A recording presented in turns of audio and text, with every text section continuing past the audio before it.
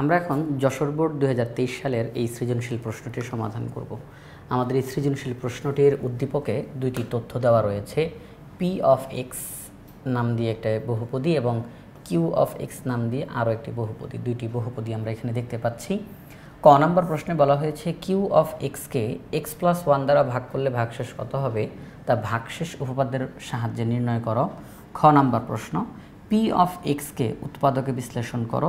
গ নম্বর প্রশ্ন 2x square minus 3x plus 1 divided by q of x, এই যে কিউ অফ এক্সের এখানে মান দেওয়া আছে, তো এই ভগ্নাংশটিকে আংশিক ভগ্নাংশে প্রকাশ করো। তো এটি হচ্ছে আমাদের সম্পূর্ণ প্রশ্নটি।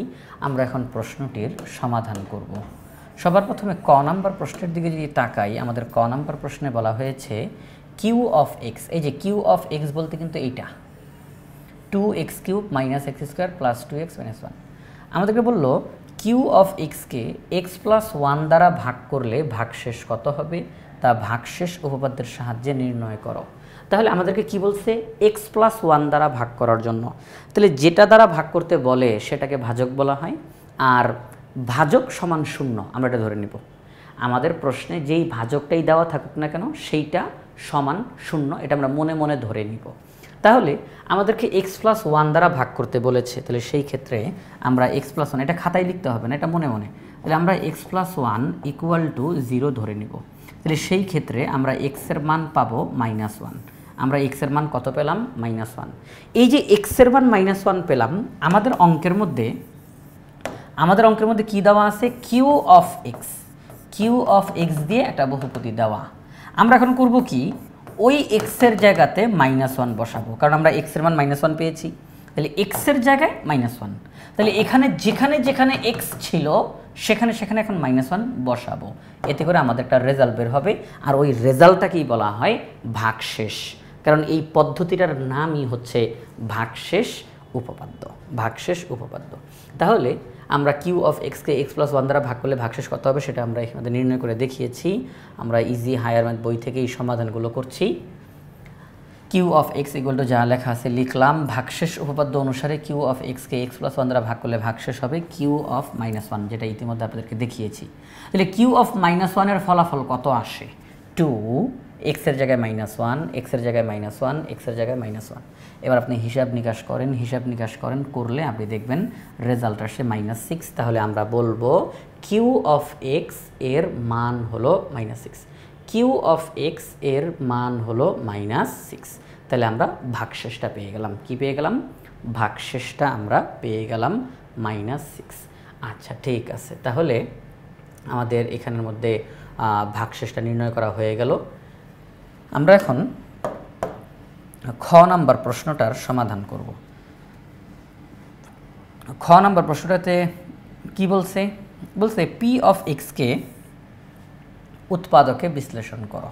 পি অফ এক্স উদ্দীপকে আমরা দেখতে পাচ্ছি পি অফ এক্স হিসেবে দেওয়া আছে 48x⁴ minus 4x cube minus 16x square plus x plus 1, এইটা দেওয়া রয়েছে। এই পি অফ এক্সকে উৎপাদকে বিশ্লেষণ করতে বলা হয়েছে। আমরা এটার যতগুলো উৎপাদক আছে সবগুলো উৎপাদক নির্ণয় করার চেষ্টা করব। এই যখন আমাদেরকে উৎপাদকে বিশ্লেষণ করতে বলবে, আমরা মানে একটা বহুপদী দিয়ে আমাদেরকে উৎপাদকে বিশ্লেষণ করতে বলবে, আমরা যথাসম্ভব চেষ্টা করব প্রথমেই একটা উৎপাদক আগে বের করার জন্য। যেই বহুপদীটার উৎপাদকে বিশ্লেষণ করতে বলছে, আমরা সর্বপ্রথম চেষ্টা করব ওই বহুপদীটার অন্ততপক্ষে একটা বহুপদী আগে বের করার জন্য। সবগুলো আগে বের করতে হবে না, প্রথমে আগে একটা বহুপদী আমরা বের করার চেষ্টা করব, এবং সেটা ভাগশেষ উপপাদ্যের মাধ্যমে আমরা করে ফেলতে পারি। ক্যালকুলেটর ব্যবহার করে খুব সহজেই এটার একটা উৎপাদক আমরা বের করে ফেলতে পারি, যে এখানের মধ্যে এক্সের মান কত বসাইলে পুরো বহুপদীটার মান 0 হয়ে যাবে। এক্সের যেই মান বসানোর কারণে পুরো বহুপদীটার রেজাল্ট 0 হয়ে যাবে, আমরা এক্সের ওই মানটাকে নিয়ে উৎপাদক হিসেবে বলে দিতে পারি। একটু আগে যে অঙ্কটা আপনি করলেন, এই যে এখানে আমাদের যে অঙ্কটা করলেন, যে আপনি x প্লাস 1 দ্বারা ভাগ করলেন, তাহলে x প্লাস 1 দ্বারা ভাগ করতে গিয়ে এক্সের মান কত আসছে? -1। -1 বসাইছেন, কিন্তু পুরাটার মান কি 0 হয়েছে? হয় নাই। এই জন্য কিন্তু x প্লাস 1কে আমরা উৎপাদক বলতে পারতেছি না। কিন্তু আমরা যদি x এর মান -1 বসানোর কারণে পুরাটার মান 0 হয়ে যাইতো তাহলে আমরা কিন্তু x + 1 কে উৎপাদক বলতে পারতাম। তাহলে ইতিমধ্যে আপনারা এই জিনিসটা জানেন। তাহলে আমরা করব কি, এই বহুপদীটার একটা উৎপাদক প্রথমে বের করার চেষ্টা করব। আমরা করব কি, যে দ্বিতীয় লাইনটা ফাঁকা রাখবো। আমরা দ্বিতীয় লাইনের কাজটা করব না। আমরা প্রথমেই আমরা বহুপদীটাকে লিখলাম, অর্থাৎ প্রথম লাইনটা আমরা লিখলাম, দ্বিতীয় লাইনটা আমরা ফাঁকা রাখবো। 3 নম্বর লাইনে আমরা যাব। কয় নম্বর লাইনে যাব? আমরা 3 নম্বর লাইনে যাব। 3 নম্বর লাইনে গিয়ে দেখেন, 3 নম্বর লাইনে গিয়ে আমরা যেই কাজটা করব সেটি হচ্ছে, আমরা প্রথমে ক্যালকুলেটর ব্যবহার করে একটা উৎপাদক বের করব। আমরা এখানের মধ্যে এই p(x) নামের যেই বহুপদীটা দেওয়া আছে তার একটা উৎপাদক হিসেবে আমরা 2x + 1 পেয়েছি। আমি একটা কাজ করে এটা নোটের মধ্যে লিখে আপনাদেরকে করায় দেখাই, তাহলে বুঝাইতেও সুবিধা হবে এবং তাড়াতাড়ি করে বলা যাবে। এখানে প্রথম লাইনে 48x⁴ - 4x³ - 16x² + x + 1, এটা প্রথম লাইন। তারপরে দ্বিতীয় লাইন, তারপরে তৃতীয় লাইন। আমরা ক্যালকুলেটর ব্যবহার করে এই বহুপদীটার একটা উৎপাদক বের করার চেষ্টা করব। এখানে একটা উৎপাদক বের করা হয়েছে 2x + 1।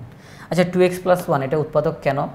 2x + 1 = 0, 2x = -1, x = -½ তার মানে আমরা যদি এই বহুপদীটার মধ্যে x এর মান -½ বসাই, x এর মান -½ যদি আমরা বসাই, তাহলে সম্পূর্ণ বহুপদীটার রেজাল্ট 0 হয়ে যাবে।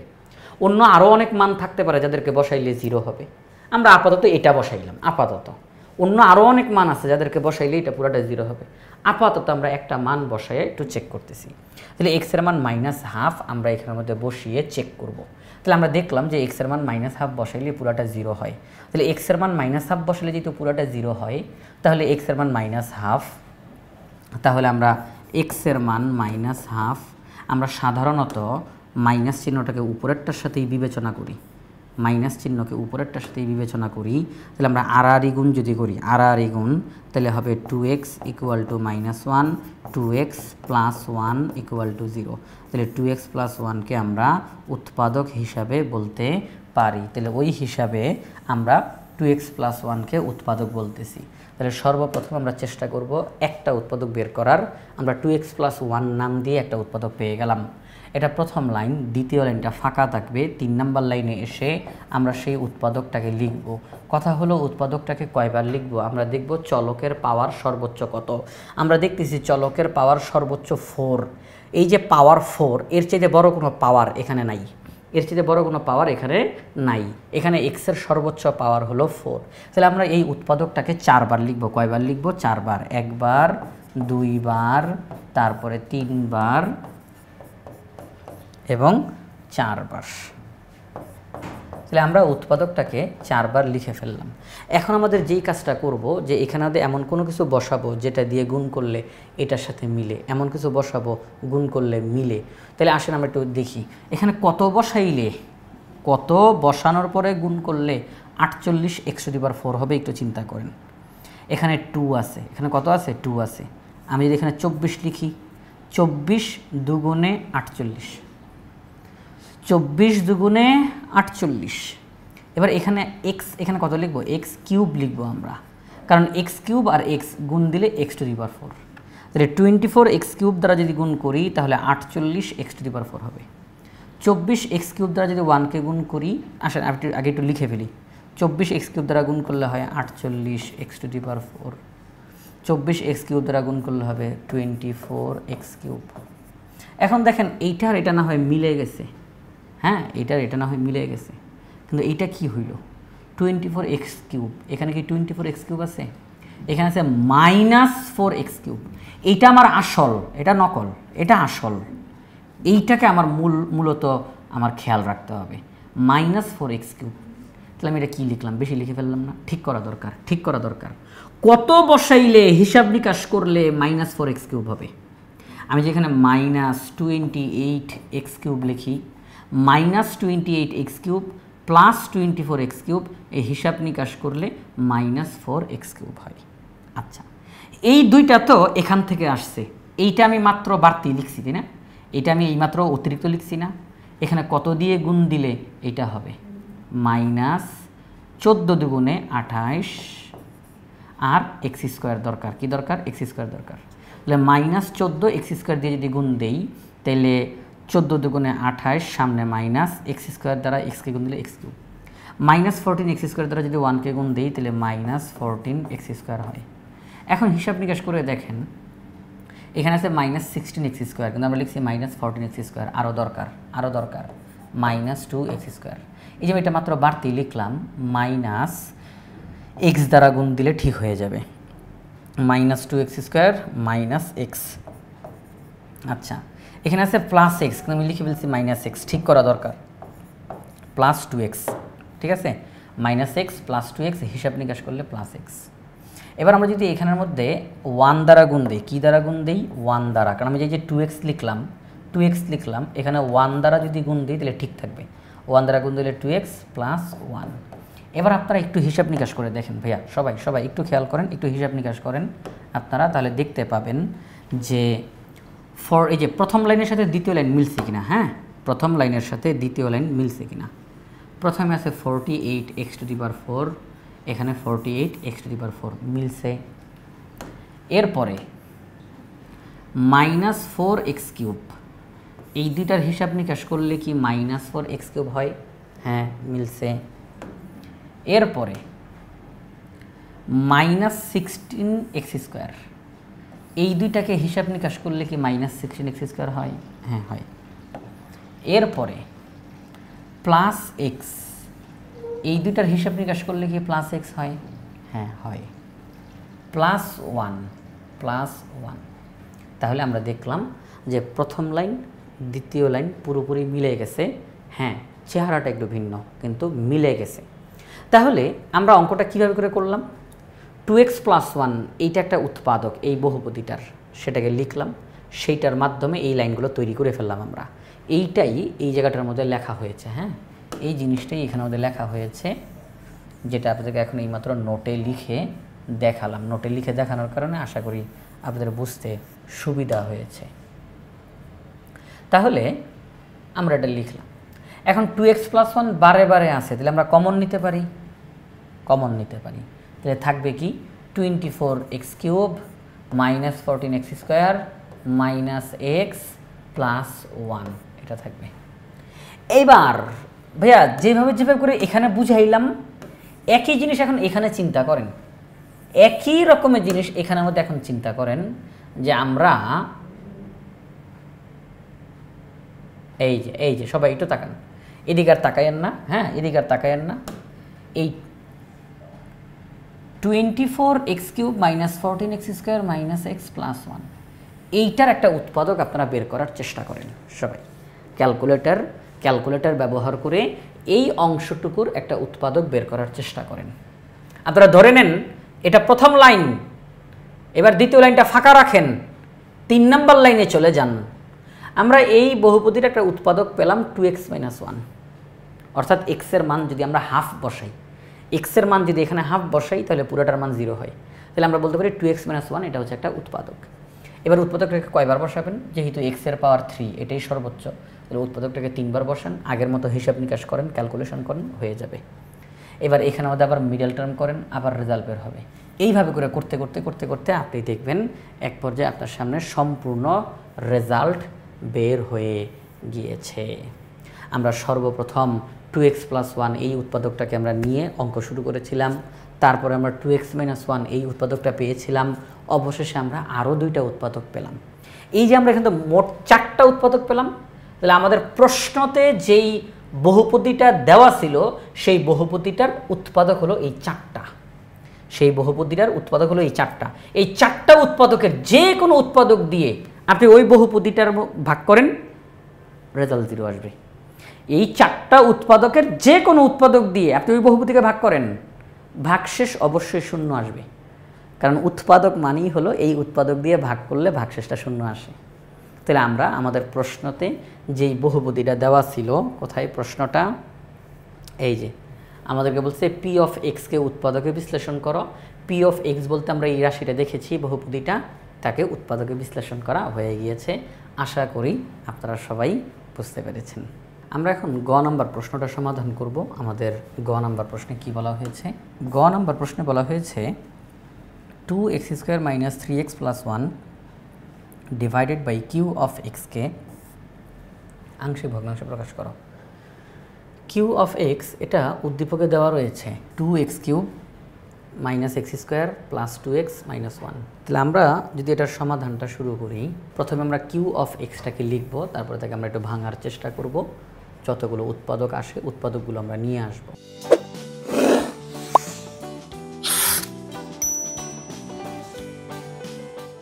তাহলে আমরা কিউ অফ এক্স এটাকে লিখলাম এখানের মধ্যে 2x³ - x² + 2x - 1।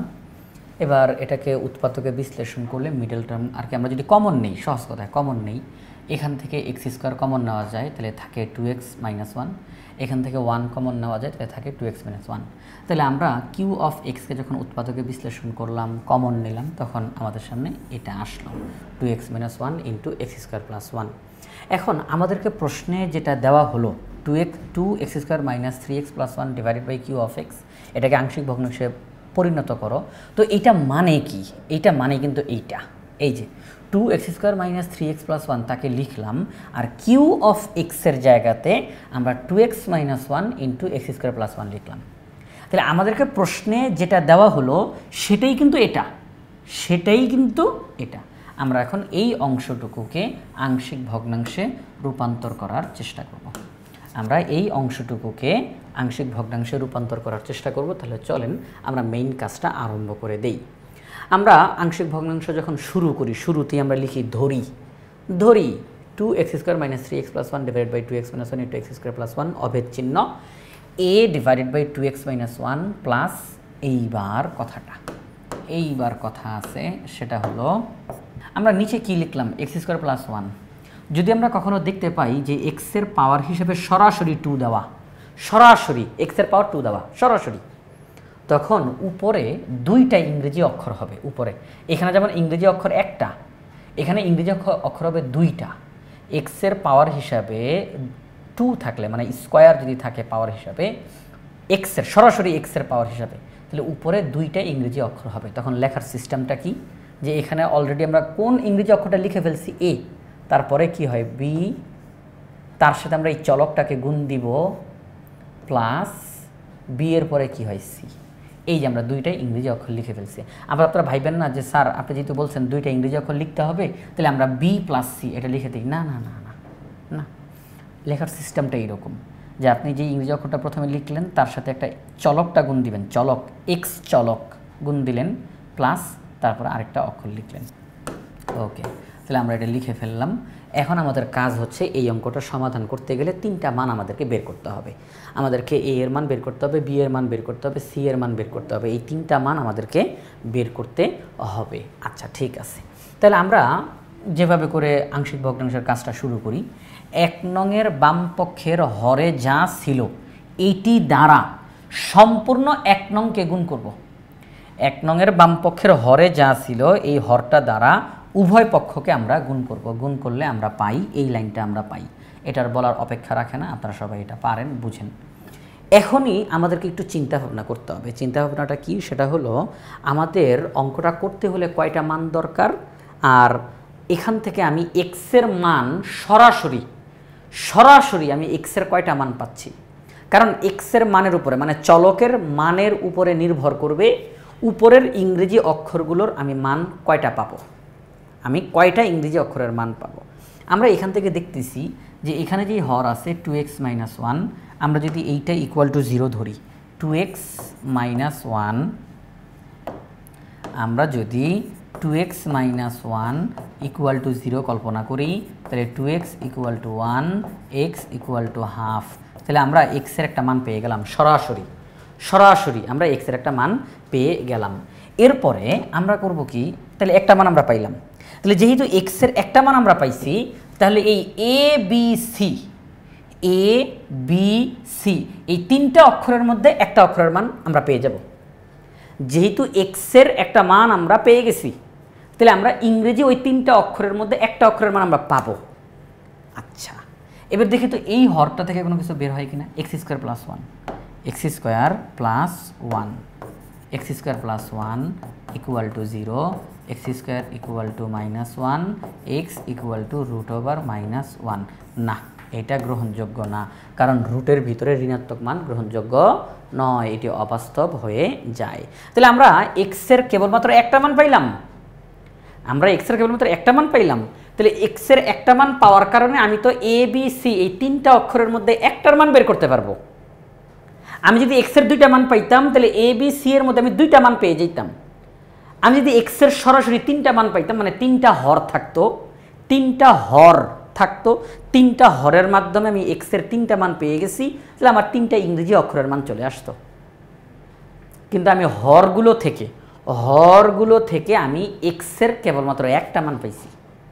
তাহলে সেই ক্ষেত্রে লবগুলোর এই যে উপরে যে ইংরেজি অক্ষরগুলো আছে সেখানে আমি একটা অক্ষরের মান পাবো, 2টা অক্ষরের মান বাদ থাকবে, 2টা অক্ষরের মান বাকি থাকবে। যখনই আপনি এই 2 নং সমীকরণটা লিখলেন, এই যে 1 নং সমীকরণের উভয় পক্ষকে এই হর দ্বারা গুণ করে পাই, এই যে 2 নং সমীকরণ লিখলেন, এরপরেই কিন্তু আপনি এই চিন্তা ভাবনাটা করছেন, এই যে এতক্ষণ যা বললাম চিন্তা ভাবনাটা করছেন যে আমার এই অঙ্কটা করতে হলে কয়টা মান লাগবে, আর আমি চলকের মান পাবো কয়টা, তাহলে ইংরেজি অক্ষরের মান বের হবে কয়টা মান বাকি থাকবে। এই চিন্তা ভাবনাটা আপনাকে এখনই করতে হবে। এই 2 নং সমীকরণ লেখার পরপরই আপনাকে এই চিন্তাটা করে ফেলতে হবে। এবার আপনি যখন দেখলেন যে না, আমার পুরো অঙ্কটা সমাধান করার জন্য 3টা ইংরেজি অক্ষরের মান দরকার, এ বি সি, 3টা ইংরেজি অক্ষরের মান দরকার, কিন্তু আমি হরগুলো থেকে এক্সের মান একটা পাইছি, তাহলে ওই 3টা ইংরেজি অক্ষরের মধ্যে একটা ইংরেজি অক্ষরের মান আমি পাবো, 2টা ইংরেজি অক্ষরের মান পাওয়া বাকি থাকবে, 2টা ইংরেজি অক্ষরের মান পাওয়া বাকি থাকবে।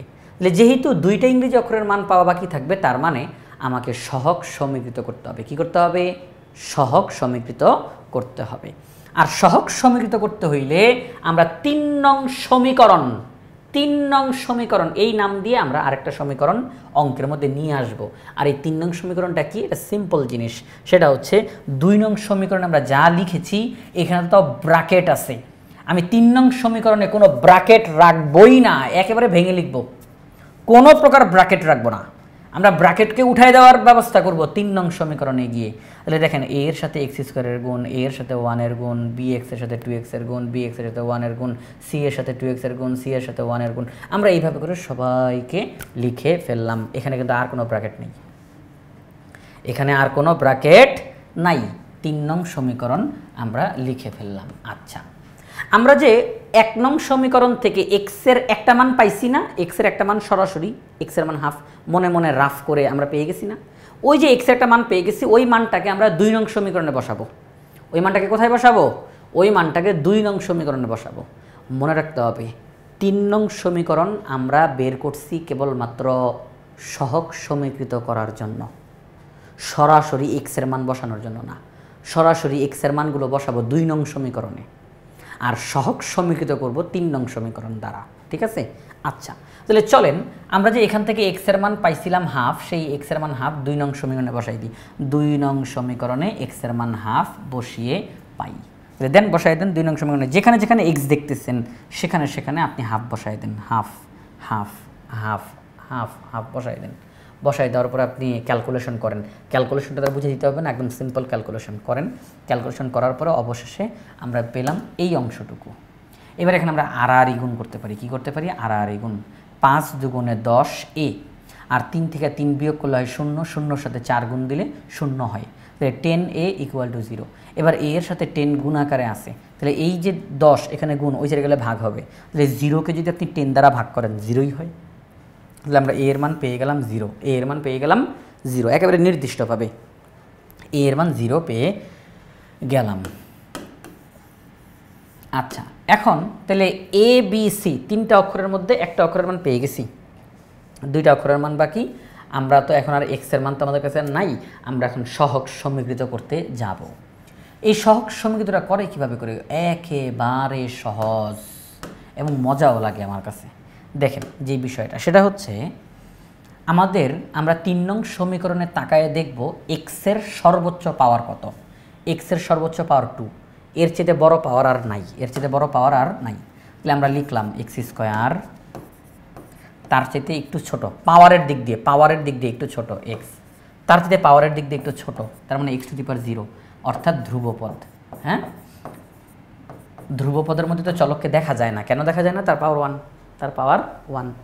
আচ্ছা, তাহলে এই যে আমরা দেখলাম, এটা কিন্তু আপনাদেরকে লিখতে হবে না, এটা আমি শুধু বোঝানোর জন্য লিখলাম। এবার আপনি চিন্তা করেন যে আপনার কয়টা মান বের করা বাকি? 2টা মান বের করা বাকি। ওই সর্বোচ্চটা থেকে আরম্ভ করবেন। যদি একটা মান বাকি থাকে ওই সর্বোচ্চটার সহগ সমীকৃত করবেন।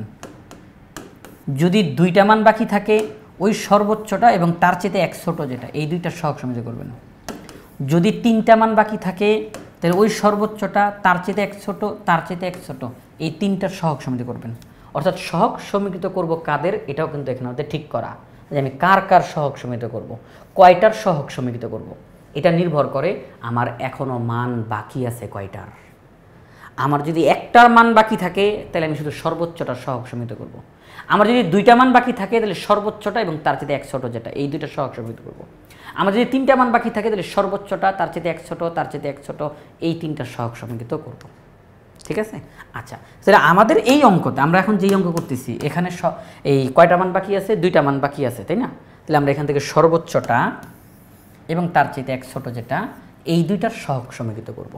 তার মানে এক্স স্কোয়ার এর সহগ সমীকৃত করে পাই, এক্স এর সহগ সমীকৃত করে পাই। আমরা এইভাবে করে লিখব। শব্দ কি বলছি? সহগ। চলেন তাহলে আমরা এখন অঙ্কটা শুরু করি। যদি আমরা এক্স স্কোয়ারের সহগ সমীকৃত করতে চাই, আমি জাস্ট এখানে এমনি লিখতেছি বোঝানোর জন্য, হ্যাঁ, অন্য কোনো উদ্দেশ্য না, এমনি লিখতেছি। এক্স স্কোয়ারের সহগ সমীকৃত করব আমরা, এক্স স্কোয়ারের সহগ সমীকৃত করব। তাহলে আপনি করবেন কি, 3 নং সমীকরণে এসে শুধুমাত্র এক্স স্কোয়ারের দিকে তাকাবেন এবং অবশ্যই 2 দিকেই, বাম দিকে ডান দিকে 2 দিকেই কেবলমাত্র এক্স স্কোয়ারের দিকে তাকাবেন, তাদের সহগগুলোকে আপনি লিখবেন। বাম দিকে আমরা দেখতেছি এক্স স্কোয়ারের সহগ হচ্ছে 2 সমান, ডান দিকে এক্স স্কোয়ারের সহগ a, এক্স স্কোয়ারের সহগ প্লাস 2b আর নাই। আচ্ছা, এইটাই হচ্ছে এক্স স্কোয়ারের সহগ সমীকৃত করা, এটাই এক্স স্কোয়ারের সহগ সমীকৃতকরণ। বাম দিকেও এক্স স্কোয়ারের সহগ, ডান দিকেও এক্স স্কোয়ারের সহগ, আমরা শুধুমাত্র এক্স স্কোয়ারের দিকে তাকিয়েছি। আমরা এখন এখানের মধ্যে a এর মান জানি, তাহলে আমরা a এর মানটা বসাই দিব। হ্যাঁ, তাহলে কি থাকলো? তাহলে 2 = 2b। এই 2 দ্বারা যদি 2কে ভাগ করেন তাহলে b এর মান কত আসে? 1। b এর মান কত আসে? 1। তাহলে আমরা b এর মান 1 পেয়ে গেলাম। ঠিক আছে, আমরা b এর মান 1 পেয়ে গেলাম। কার সহগ সমীকৃত করার মাধ্যমে? আমরা b এর, এই যে দেখেন 3 নং সমীকরণের উভয় পক্ষে এক্স স্কোয়ারের সহগ সমীকৃত করে পাই। তাহলে আমরা পেয়ে গেলাম b = 1। এবার আমরা আবার 3 নং সমীকরণে এক্স এর সহগ সমীকৃত করব। এক্স এর সহগ, তার মানে আমরা ওই 3 নং সমীকরণে গিয়ে শুধুমাত্র এক্স এর দিকে তাকাবো, আর কারোর দিকে না, শুধুমাত্র এক্স এর দিকে আমরা তাকাবো। তাহলে সেই ক্ষেত্রে আমরা 3 নং সমীকরণে যাই, গিয়ে আমরা শুধু এক্স এর দিকে তাকাই। তাহলে আমরা দেখতেছি যে বাম দিকে এক্স এর সহগ হচ্ছে -3 সমান চিহ্ন, এক্স কোথায়, এক্স কোথায়, এই যে শুধু এক্স। তাহলে এক্স এর সহগ হচ্ছে -b, এই যে এক্স, তার সহগ হচ্ছে +2c। এবার আপনি কিন্তু b এর মান বের করছেন, আপনি b এর মান জানেন। b এর মান কত? b এর মান 1, b এর মান 1। তাহলে এখানে যেহেতু -b, তার মানে -1, -1কে এই সাইডে আনেন, -3 + 1 = 2c। এই হিসাব করলে কত হয়? -2। তাহলে এখানের মধ্যে হচ্ছে 2c। এবার 2 দ্বারা ভাগ করেন, তাহলে c এর মান -1। আমি এখানের মধ্যে করে ফেলছি, আশা করি আপনারা সবাই বুঝতে পারছেন। c এর মানও বের হয়ে গিয়েছে।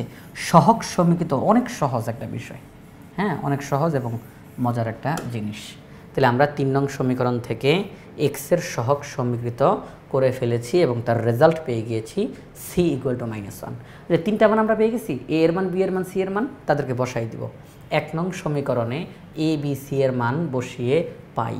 তাহলে এখানে a বসার কথা না, a bx + c, a bx + c, আমরা মানগুলো বসাইলাম। a এর মান 0, b এর মান 1, c এর মান -1। এবার 0, এই যে 0কে যদি আপনি এটা দিয়ে ভাগ করেন 0ই হবে। এক্সকে 1 দিয়ে গুণ দিলে এক্সই হয়, প্লাসে মাইনাসে -1, এটার সাথে 0কে যোগ করলে আর কী হবে, এটাই। তাহলে আমরা দেখলাম এটার আংশিক ভগ্নাংশ এটা আসছে, এটার আংশিক ভগ্নাংশ এটা আসছে, কিছু করার নেই। এতক্ষণ যাবত এত কষ্ট করে অঙ্ক করার পরে এটাই ফলাফল আসছে। তাহলে আমরা বলবো এটি হচ্ছে নির্ণেয় আংশিক ভগ্নাংশ। তাহলে আমাদেরকে এই যে গ নাম্বার প্রশ্নে বলছিল 2x² - 3x + 1 / q of x, এটিকে আংশিক ভগ্নাংশে প্রকাশ করো। আমরা এটিকে আংশিক ভগ্নাংশে প্রকাশ করেছি। তাহলে আমরা যশোর বোর্ড 2023-এর এই সৃজনশীল প্রশ্নটার সমাধান করে ফেললাম।